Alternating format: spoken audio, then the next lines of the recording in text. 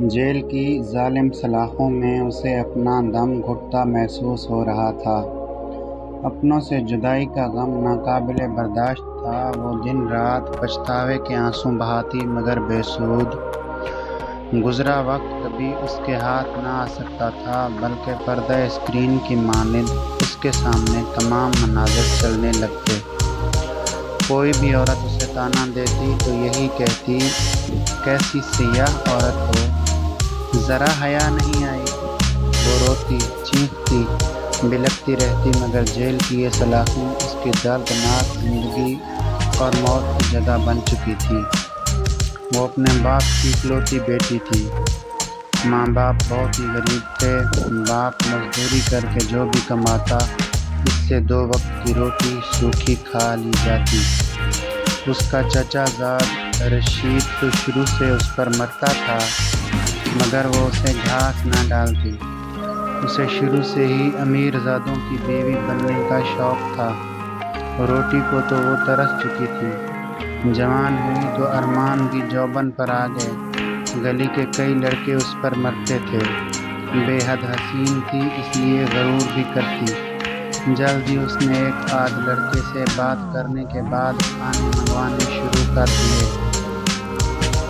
وہ اپنی عزت کی حدود کو جانتی تھی، مگر اس کا مقصد صرف باہر کی دنیا گھومنا اور کھلا کھانا پینا تھا۔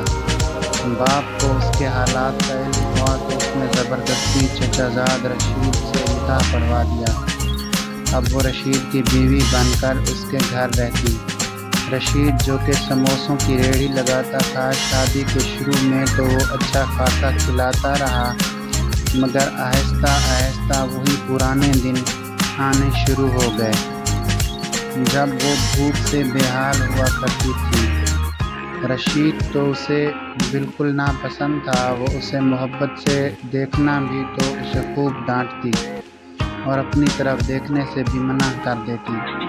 رشید بھی اس کے حسن کا اسیر تھا اور اب تو اسے اولاد کی خواہش تھی، مگر نازیہ جانتی تھی جو اسے پیٹ بھر کر نہیں کھلا سکتا، وہ اس کی اولاد کو کیا کھلائے گا۔ اس لیے اس نے اولاد نہ پیدا کرنے کی ٹھان لی۔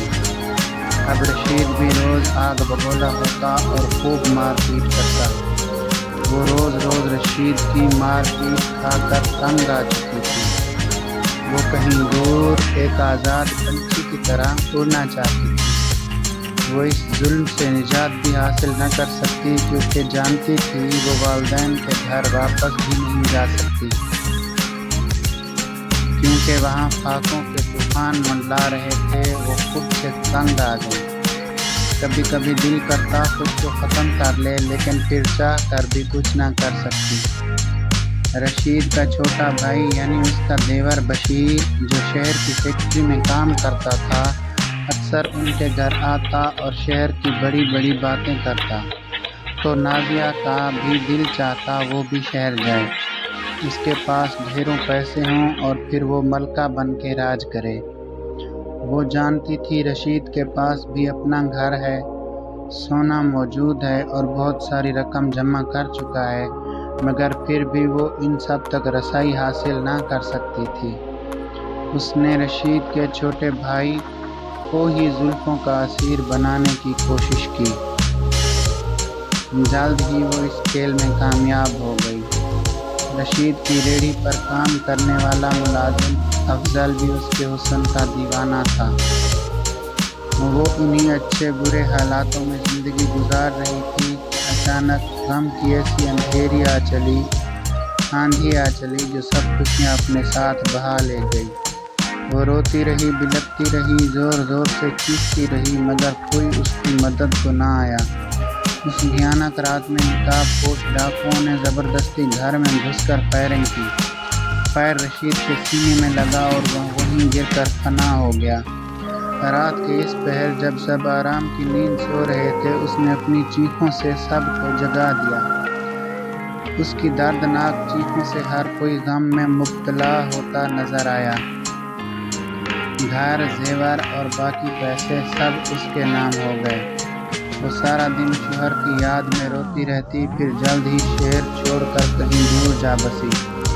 شاید اپنے خوابوں کے شہر، جہاں اسے کوئی روک ٹوک نہ تھی، جہاں وہ اپنی مرضی سے زندگی گزار سکتی تھی، جہاں وہ اپنے مرضی سے اپنے محبوب کی سرگوشی میں جی سکتی تھی۔ لیکن کبھی کبھی چیخ اٹھتی روز رات کو سوتے ہوئے اس کا ضمیر اسے بے چین ہو کر چوکے کر پکارتا، مگر پھر وہ خیالات کو جھٹک کر سو جاتی۔ شہر میں آ کر اس نے محبوب کو بھی چھوڑ دیا اور اب وہ نئے کاموں میں ملوث ہو گئی۔ شراب نوشی حسین راتیں اس کی زندگی کا محور بن چکی تھی۔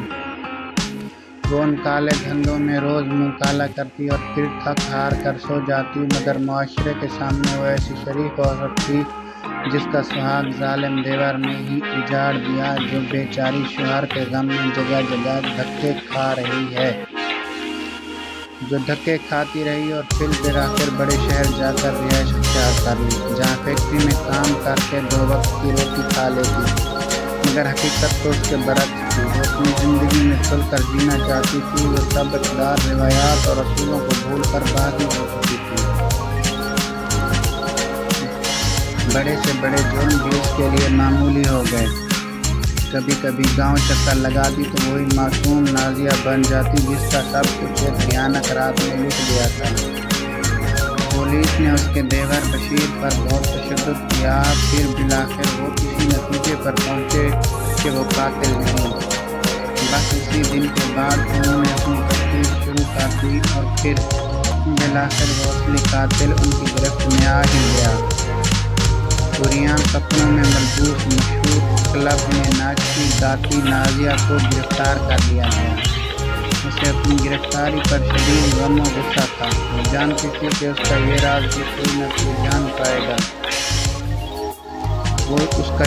کوئی نہ جان پائے گا، مگر پھر اس کی گرفتاری نے ثابت کر دیا تھا کہ پولیس آخر پولیس ہے۔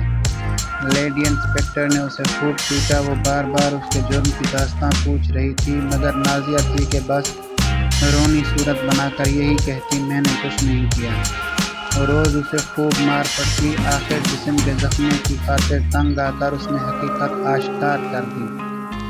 رشید مجھ پر ہمیشہ ظلم کرتا تھا، اچھا پیسہ ہونے کے باوجود اچھی روٹی نہ کھلاتا تھا، روز مارتا، کبھی کہتا اولاد پیدا کرو۔ میں اس سے اکتا گئی تھی۔ پھر اس کا بھائی شہر سے آیا تو میں نے اسے زلفوں کا اسیر بنا دیا۔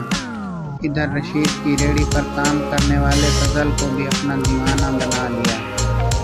افضل کا کچھ بدماشوں سے رابطہ تھا۔ میں نے افضل کے ساتھ مل کر اپنے شوہر کو ختم کرنے کا منصوبہ بنایا۔ میں جانتی تھی کہ میرا دیور شراب کا عادی ہے، اکثر شراب پی کر ہمارے ہی گھر آ جاتا۔ اس روز بھی اس نے خوب پی، پھر میں نے اسے نیند کی گولیاں کھلا دیں اور اپنے منصوبے کو پورا کرنے کو تیار ہو گئی۔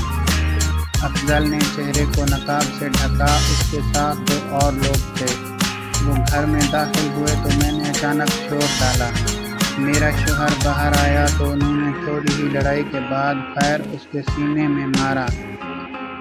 میں وہیں پھوٹ پھوٹ کر رونے لگی، اپنے کپڑے بھی پھاڑنے لگی۔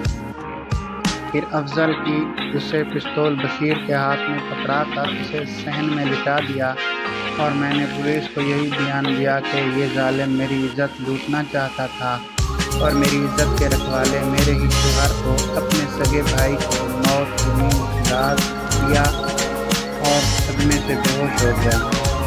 میں افضل کے ساتھ کئی دن شہر رہی۔ اس نے مجھ سے بے وفائی کی، میں نے اسے چھوڑ کر نشہ شروع کر دیا۔ میں نے اپنے آپ کو باغی کرنا چاہا، میں اپنی مرضی سے جینا چاہتی تھی، مگر ان سب میں غلط صحیح، حرام حلال، اقدار، روایت سب بھول گئی۔ میں بہت بری عورت ہوں۔ وہ اپنا بیان دیتے ہوئے پھوٹ پھوٹ کر رو دی۔ لیڈی پولیس نے بیان لکھنے کے بعد نازیہ سے کہا، اب پچھتانے کا کیا فائدہ؟ جب تمہیں اللہ نے عزت کی زندگی دی تو تم نے قدر نہ کی اور یہ سوچا کہ دنیا کو دھوکہ دے سکے گی، مگر تم بھول گئیں کہ اصل طاقت اللہ کی ہے۔ مجرم چاہے کتنا ہی چالاک کیوں نہ ہو، وہ اپنا جرم کبھی نہیں چھپا سکتا۔ ایسی کہانیاں سننے کے لیے میرے چینل کو سبسکرائب کریں اور بیل آئیکن کو دبا دیں۔ بہت شکریہ۔